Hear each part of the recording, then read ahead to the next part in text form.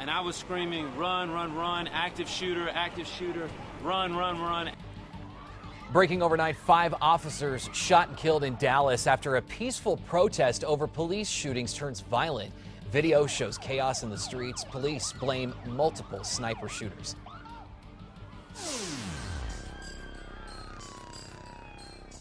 And this morning, we now know at least one of the suspects involved in an overnight standoff is dead. 3 others are in custody. We turn to Catherine Mazzone for the very latest on that deadly incident. Catherine. That's right, Adam. Police are calling this the single deadliest attack on law enforcement since 9/11. Hundreds marched through downtown Dallas, protesting recent shootings in Minnesota and Louisiana when shots rang out.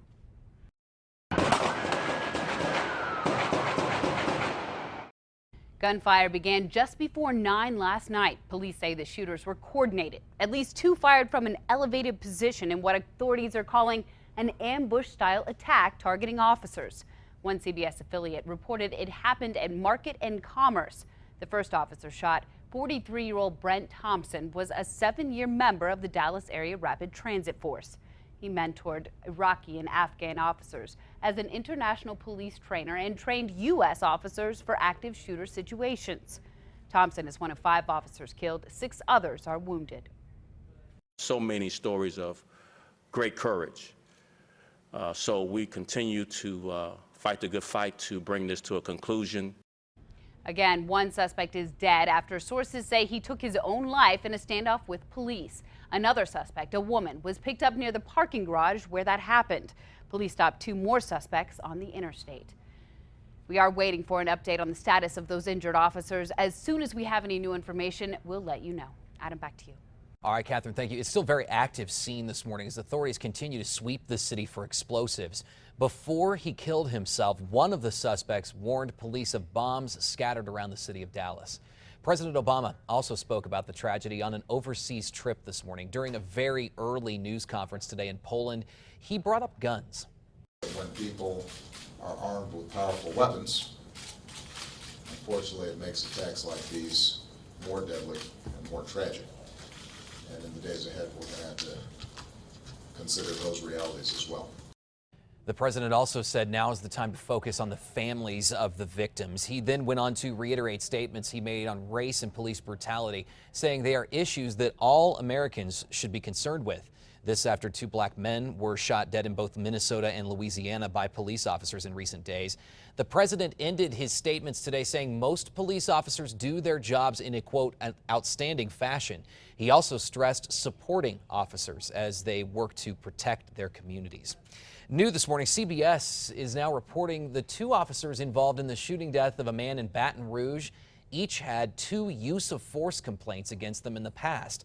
37-year-old Alton Sterling was outside a convenience store selling CDs early Tuesday morning.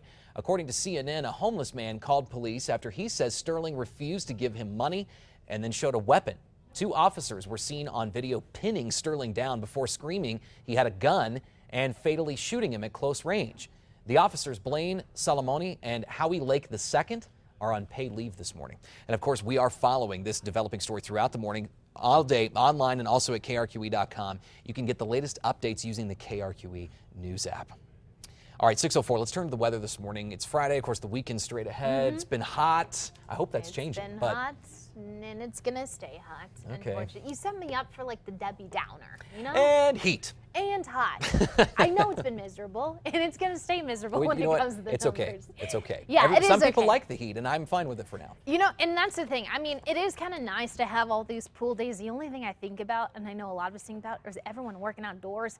I know you guys are dealing with the brutal heat. I'm sorry about that. Please make sure you're taking care of yourselves. Lots of water and take breaks in the shade, especially in the peak afternoon hours. But as far as this morning goes, this is about as pleasant as it's going to get today. 68 degrees, calm winds, humidity about 42%. Quick look at those numbers across the state. Cool spot, Alamosa at 48. You'll find some warmer temperatures down there to the south. The warm spot being Carlsbad right now at 79. A mix of the 70s, some 50s and 60s along I-40.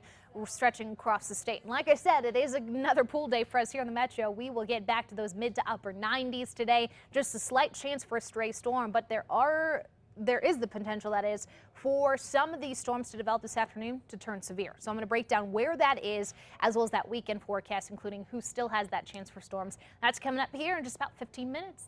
All right, Kristen, thanks. Happening today, the Santa Fe School Board is expected to meet to discuss its next steps following the announcement that its superintendent is leaving.